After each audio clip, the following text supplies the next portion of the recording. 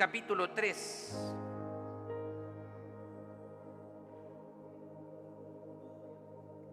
Vamos a leer, vamos a estar viendo el día de hoy versículos 1 al 6 y el sermón de hoy lleva por título La sabiduría y la obediencia puesta en práctica. Así que si está conmigo, por favor póngase en pie con mucha reverencia a la palabra del Señor. Le vamos a dar lectura en el nombre de nuestro Señor Jesucristo y bajo la bendición del Padre, Hijo y Espíritu Santo. Después Noemí, la suegra de Ruth, le dijo: hija mía, es mi obligación buscarte un hogar para que puedas ser feliz. Booz es nuestro pariente y tú has estado trabajando con sus criadas. Precisamente esta noche él va a separar la paja del grano de cebada. Así que báñate y perfúmate y ponte el mejor de tus vestidos y ve a la era. Pero no te presentes ante ese hombre hasta que haya acabado de comer y de beber. Cuando se vaya a dormir, fíjate en dónde se acuesta y ve luego y levanta el manto con que cubre los pies, con que se cubre los pies. Entonces él te dirá lo que tienes que hacer. Y Ruth respondió: haré todo lo que tú me mandes a hacer. Y Ruth fue a la era e hizo todo lo que su suegra le mandó a hacer. Amén. Tome asiento, por favor.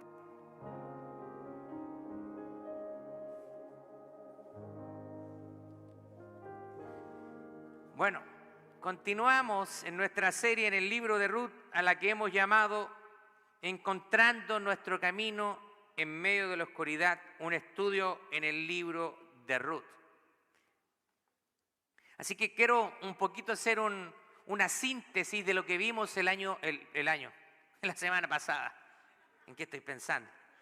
La semana pasada vimos cómo Ruth conoce a Booz y cómo este hombre piadoso se comportó muy amablemente con ella. También nosotros vimos cómo al llegar a casa y cuando Ruth le cuenta las noticias a su suegra está impresionada y a la vez está muy feliz porque sabe que eso es esperanza para ambas. Este hombre, Booz, no es cualquier persona, sino que está emparentado sanguíneamente con la familia de Noemí. Así que él es un posible pariente redentor y es quien puede redimirlas. Así que vamos a hablar exactamente de qué es lo que significa ser un pariente redentor un poquito más adelante. Pero en el pasaje de hoy que vamos a ver cómo vemos a Ruth que toma un paso valiente, que nos enseña lecciones profundas sobre la sumisión, sobre la obediencia, sobre la confianza en Dios en medio de circunstancias que son muy desafiantes para ella.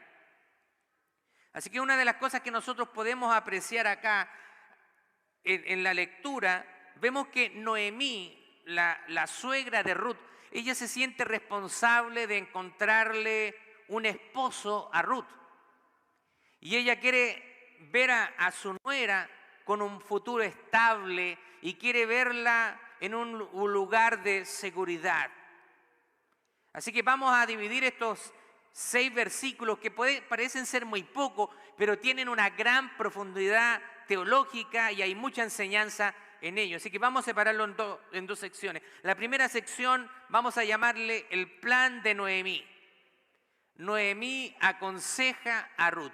Versículos 3 y 4 dice: así que báñate y perfúmate y ponte el mejor de tus vestidos y ve a la era, pero no te presentes ante ese hombre hasta que haya acabado de comer y de beber. Y cuando se vaya a dormir, fíjate en dónde se acuesta y ve luego y levanta el manto con que cubre sus pies y él te dirá lo que tienes que hacer. Así que vemos a nosotros a una mujer mayor que está aconsejando a una mujer más joven. Vemos que lo que está haciendo Noemí es un plan para que Ruth, su nuera, se presente ante su pariente redentor y que en otras palabras le pida ser redimida. Era como pedirle oficialmente matrimonio. Quizás la imagen, la escena para nosotros nos pueda sonar un poquito inadecuada por la circunstancia en que se da, pero vamos a ver de qué se trata. Incluso para algunas personas podría ser algo insinuante e incluso algo inadecuado. Incluso para algunas personas podría verse como una propuesta sexual, por decirlo derechamente. Ruth se tiene que acercar en la noche donde está durmiendo Booz y descubrirle los pies. Es una escena no fácil de comprender, pero nosotros tenemos que ver de que esto está ocurriendo más de 2000 años atrás, mucho más de 2000 años atrás, donde las costumbres eran completamente diferentes. Algunos podrían ver incluso algo de seducción de una mujer hacia un hombre al tratar de conseguir algo, porque vemos que la suegra le dice, mira, báñate y perfúmate. Entonces podríamos ver quizá algo sugerente en esa recomendación, pero esto no debemos mirarlo con los lentes modernos, sino que debemos mirarlo con los lentes de ese tiempo, donde habían costumbres diferentes, donde habían tradiciones diferentes a lo que tenemos hoy en día. Realmente, mirando la historia bíblica, no vemos nada inadecuado en lo que Ruth iba a hacer. Y vamos a ver qué significa esto. Permítame explicarle. Bueno, en ese tiempo, Dios había establecido algunos métodos para proteger a las familias. Y eso incluía también a las mujeres que quedaban viudas. Dios había tomado cuidado de cada una de las personas que quedaban desprotegidas, sin esperanza en Israel. Así que Dios había asegurado de proteger a través de un mecanismo legal para preservar primero el linaje de una familia y también la propiedad de esa familia o las tierras, todo lo que pertenecía a esa familia. Así que aquí estamos viendo que hay un pariente cercano. Y un pariente cercano podía actuar como un pariente redentor. Ese pariente redentor podía también tomar las posesiones de la familia y recuperarlas. Había un pedazo de tierra que Dios había dado a cada familia. Cuando ellos toman la tierra de Canaán, la tierra prometida, la tierra es repartida. A cada familia le es entregado un trozo de tierra. Y ese trozo de tierra tenía que permanecer en la familia y no se podía vender permanentemente. A veces, por necesidad, las familias vendían parte de su terreno, pero esa venta no era perpetua. Era una venta que le permitía al comprador utilizar la tierra por un tiempo hasta que pudiera ser redimida esa tierra. En el año de jubileo se recuperaban todos los terrenos y también los esclavos que se vendían quedaban libres. Así que vemos que hay un pariente que puede redimir a esta familia, puede casarse con la viuda y también recuperar la propiedad de la familia. Así que vemos a un pariente redentor. Un pariente redentor. ¿Pero qué es lo que es un pariente redentor? Bueno, tenía que estar con algunas condiciones, tenía que reunir algunos requisitos para poder ser un pariente redentor. Primero tenía que estar obviamente emparentado sanguíneamente con la persona que fuera a redimir. Segundo, tenía que tener los recursos también para redimir la propiedad del difunto, de la familia del difunto. Así que tenía que ser una persona económicamente en condiciones de poder comprar la tierra o adquirirla al que estaba como propietario de esa tierra. Y un tercer requisito es que esa persona tenía que tener la voluntad de hacerlo. El pariente redentor podía tomar una decisión de hacerlo o no. Ahora, en cuanto a la preservación del linaje familiar, si una mujer enviudaba, el hermano tenía que casarse con la viuda para dejarle heredero al hermano fallecido. Y esto se conoce como la ley de levirato. Para nosotros hoy en día, imagínense que si nosotros tenemos a nuestro hermano que está casado y nosotros, por ejemplo, yo estuviera soltero y mi hermano, su esposa se muere, perdón, él se muere, mi hermano, yo tendría que casarme con la mujer de mi hermano. Para nosotros es como, wow, un shock cultural hoy en día, pero en ese tiempo era algo totalmente aceptable. Mire lo que dice Deuteronomio capítulo 25, versos 5 al 6. Cuando hermanos habitaren juntos y muriere alguno de ellos y no tuviere hijo, la mujer del muerto no se casará fuera con hombre extraño. Su cuñado se llegará a ella y la tomará por su mujer y hará con ella parentesco. Y el primogénito que ella diere a luz sucederá el nombre de su hermano muerto para que el nombre de éste no sea borrado de Israel. Era una costumbre, era un mandato de parte del Señor. Aunque esto puede también de alguna manera sonar como una contradicción a la prohibición del incesto familiar. Era una excepción en las relaciones dentro de la familia. Y permítame explicarle. La ley mosaica afirmaba lo siguiente. Vemos en Levítico capítulo 18, versos 16, vamos a leer en la Nueva Traducción Viviente. No tengas relaciones sexuales con tu cuñada, la esposa de tu hermano, porque esto deshonraría a tu hermano. Mire cómo también en Levítico 20, 21, Nueva Traducción Viviente, si un hombre le quita la esposa a su hermano, es un acto de impureza. Ha deshonrado a su hermano y la pareja culpable quedará sin descendencia.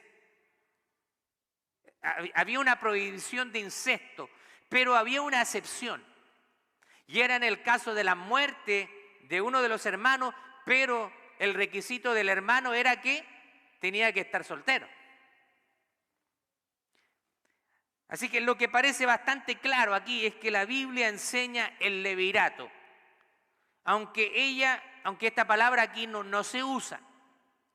Y también enseña la prohibición del incesto. Estas dos enseñanzas están ahí en el Antiguo Testamento. Ahora, sin embargo, existe un caso especial donde hay una excepción y es precisamente en el caso de que un esposo muera. Ahora, cuando murió Elimelec, su hijo Malón, el esposo de Ruth, es su heredero.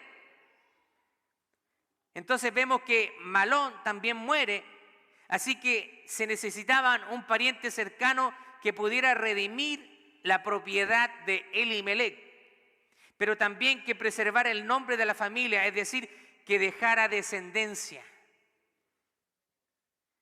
Así que lo que está haciendo Ruth acá es pidiendo la voz que fuera esa persona quien pudiera redimirla a ella y el nombre de la familia. Noemí acá es una mujer de fe y ve una cuota de esperanza en este pariente. Y aunque ella confía en la soberanía de Dios, de igual manera está tomando acciones en favor de su nuera. Así que acá nosotros podemos aprender algo importante. Debemos confiar en Dios, pero también debemos ponernos manos a la obra.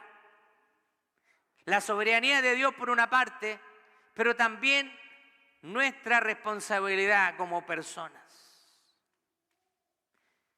Eso es sumamente importante, porque a veces nosotros confiamos en Dios, pero eso también nos lleva a la vagancia, a no tomar acciones. Esto es como por ejemplo cuando alguien queda sin trabajo y tiene que buscar un trabajo, entonces se queda ahí en la casa, se queda postradito en el sofá.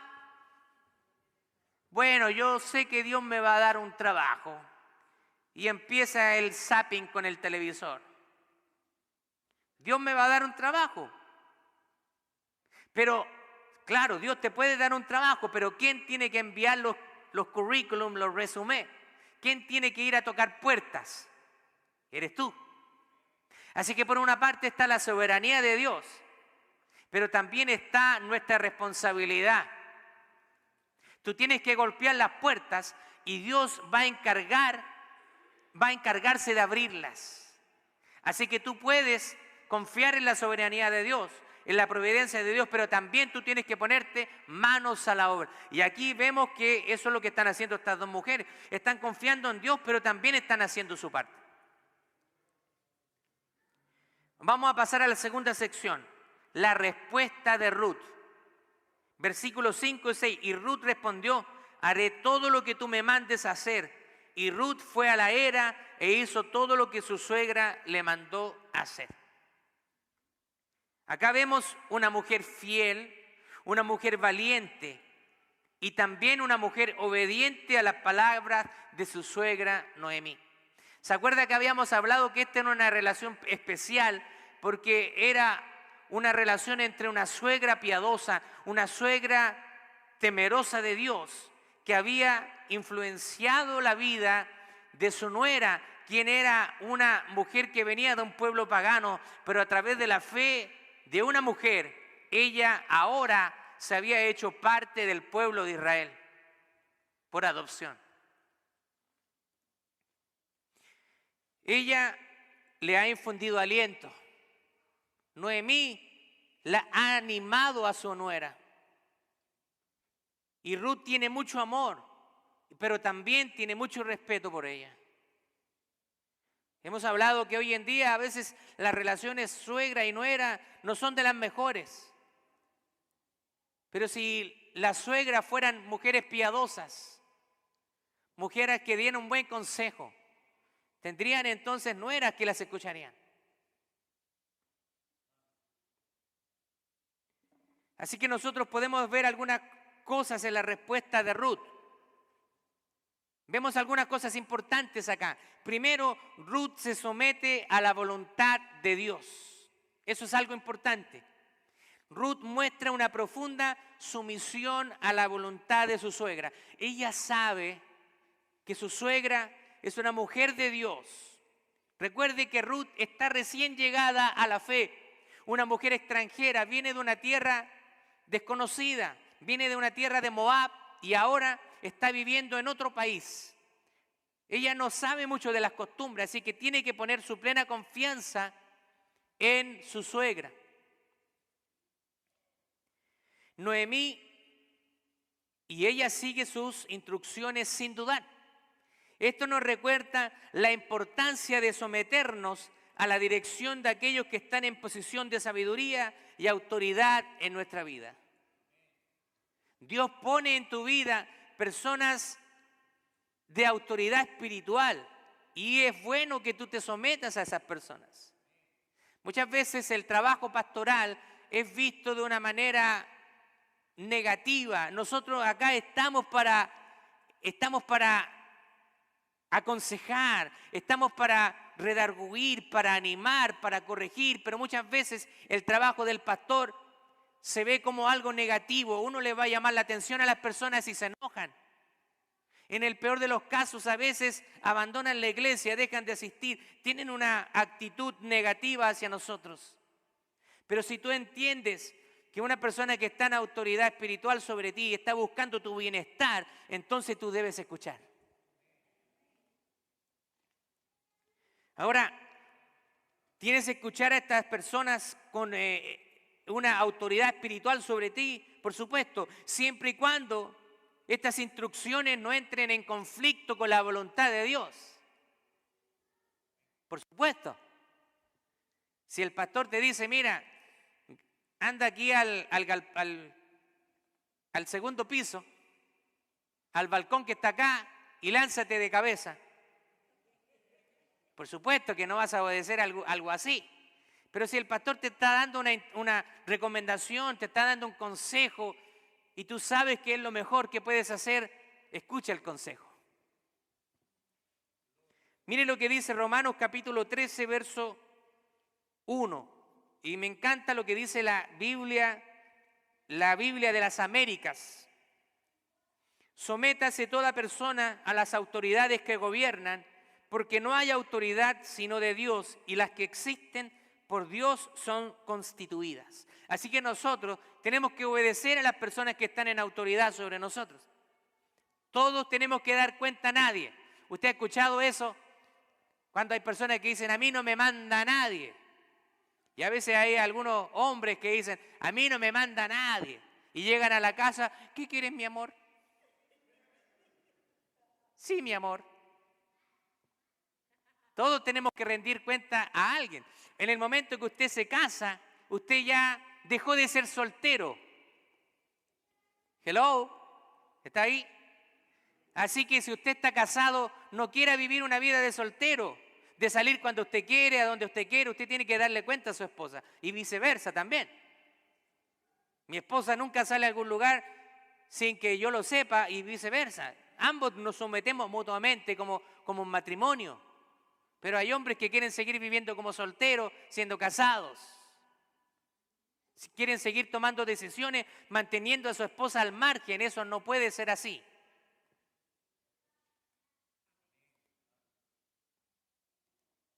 Así que toda autoridad ha sido puesta de parte de Dios. Hay autoridades en la vida. No hay nadie que se mande solo.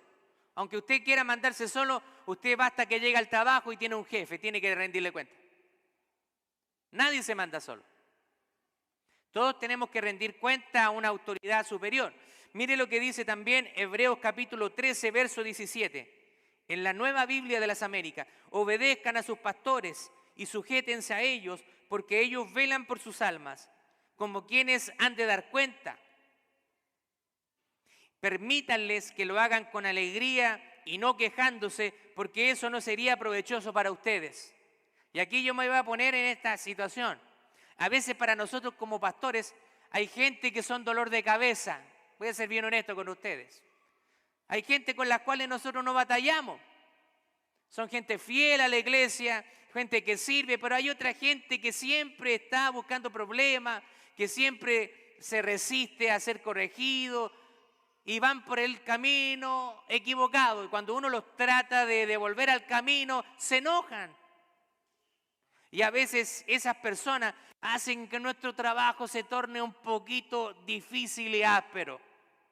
Pero acá la palabra dice, permítales que lo hagan con alegría. Cuando nosotros vemos personas que siguen el consejo y que están bien encaminados para nosotros como pastores, es un gozo poder ver a las personas caminando en la voluntad de Dios. No crea que un consejo que nosotros vamos a dar como pastores, como líderes espirituales, va a ser un consejo caprichoso. Para nada. Es por su propio bien.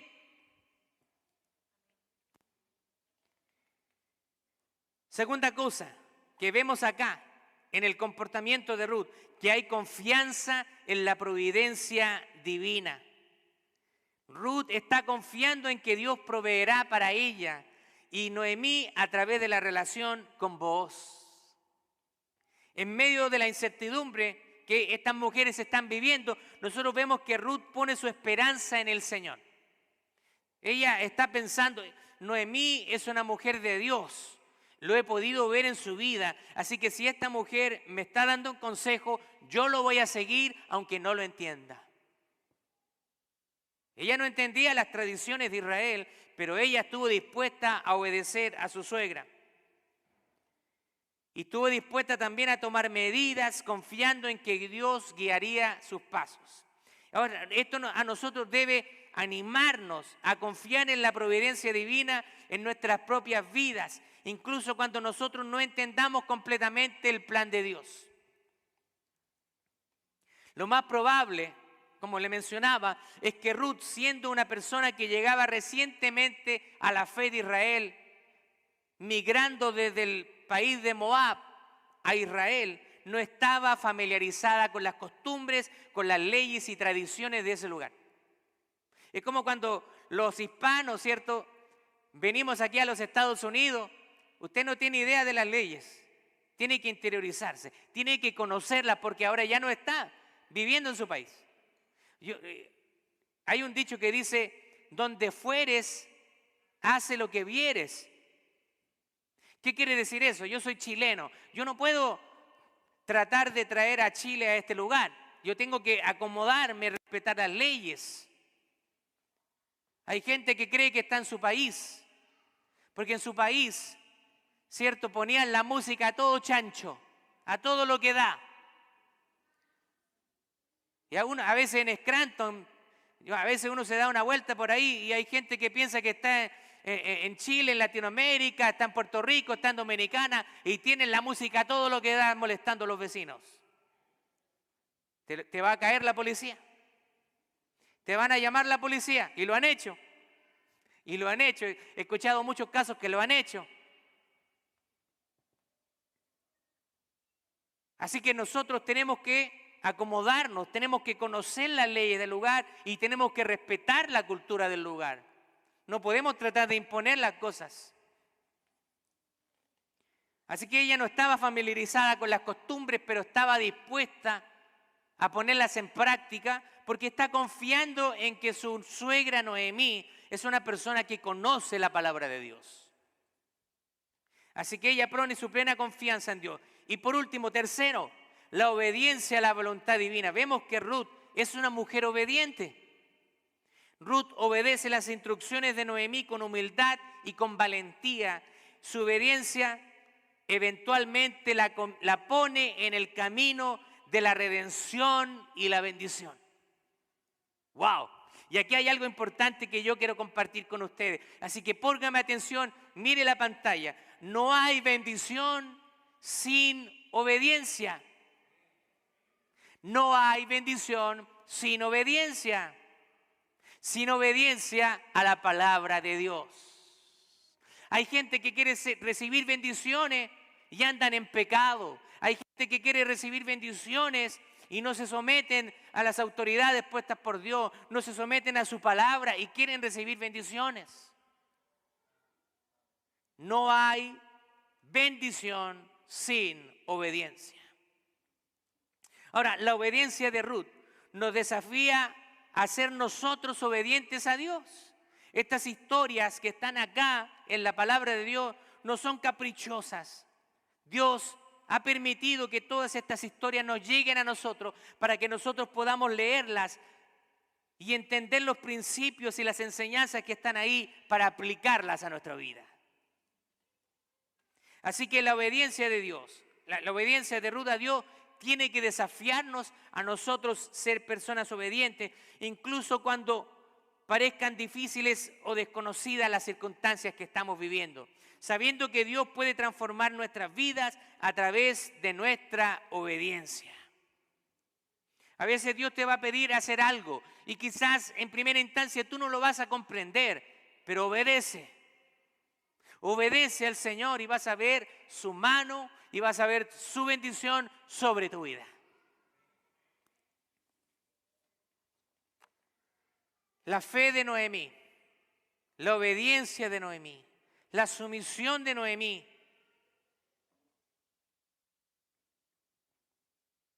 le hizo encontrarse en la lista de la genealogía de nuestro Mesías, de Jesucristo. Si usted lee la genealogía de Mateo capítulo 1, usted va a ver ahí el nombre de Ruth, una extranjera,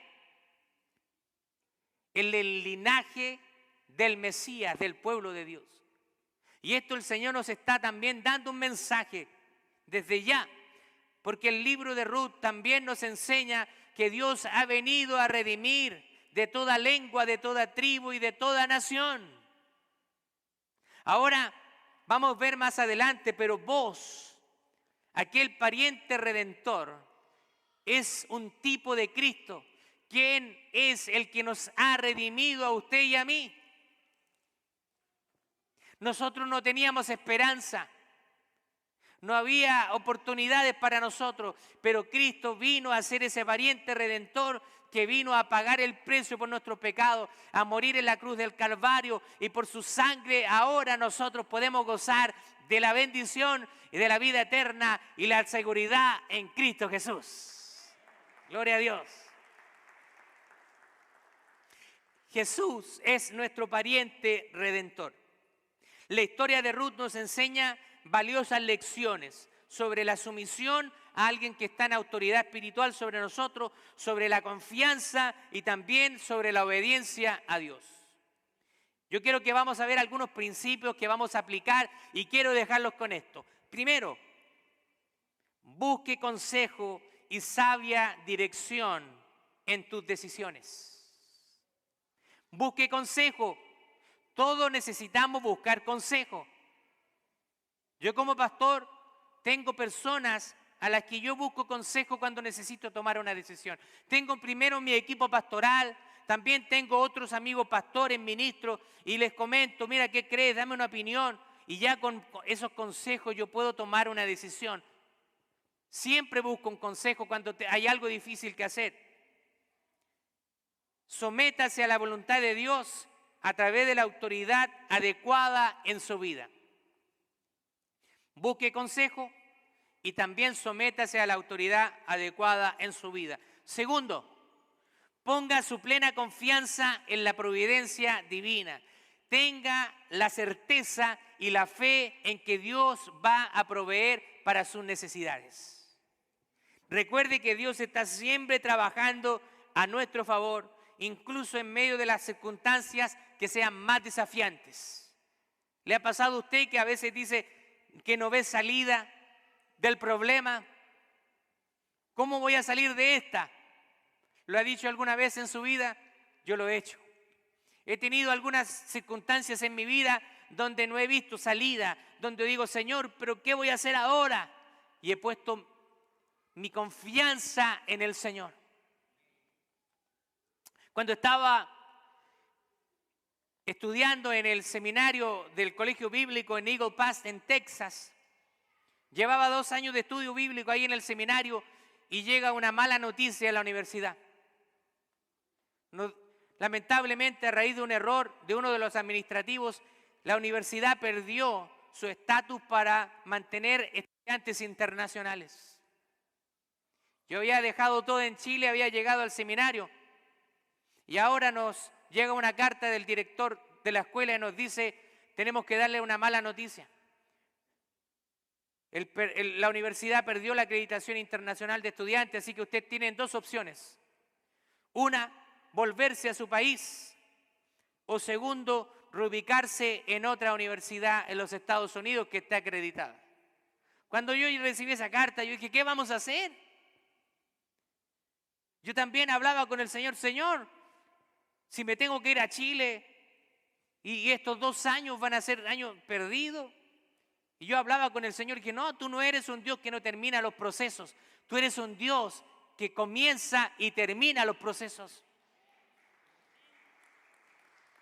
Así que, ¿sabe lo que hice? Yo comencé a confiar en Él.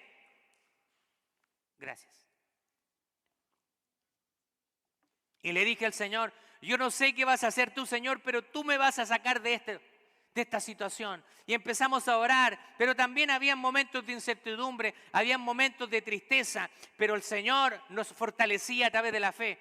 Comenzamos a tocar puertas también, porque como le dije, confiamos en la voluntad de Dios, pero tenemos que también hacer nuestra parte. Comenzamos a golpear puertas de algunos seminarios, pero era inalcanzable los costos, hasta que finalmente un seminario en Memphis, en Tennessee, nos abrió las puertas, se enteró de nuestra situación y nos dio la posibilidad de poder transferirnos con ciertas facilidades. Así que Dios, después de que hizo eso, y yo me gradué del seminario al final en Memphis, sin deuda, sin deuda. Y eso es la fidelidad del Señor, sabiendo que cuando Él comienza un proceso, Él es fiel y verdadero para terminarlo.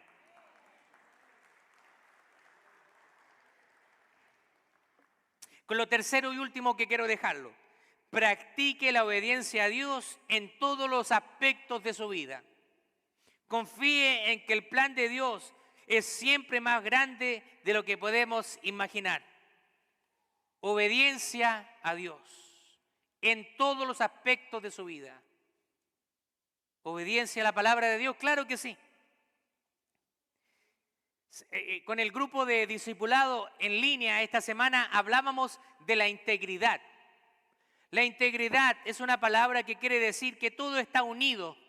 Una persona íntegra significa que no tiene ninguna área en que pueda ser acusado. Hay cristianos muchas veces que asisten a la iglesia, son buenos para servir, pero fallan en el área financiera. No son buenos mayordomos, no le entregan al Señor lo que corresponde. O también a veces hay cristianos que tienen una buena fachada y mienten en su declaración de impuestos. En su trabajo también farrean horas. No son buenos trabajadores, están buscando que el jefe se dé vuelta para ellos dejar de trabajar. Integridad. Usted no puede separar ninguna área. Si usted es cristiano, todas las áreas de su vida tienen que estar sometidas en obediencia a la palabra de Dios. Amén. Hasta aquí vamos a dejar el mensaje de hoy. Póngase de pie, por favor.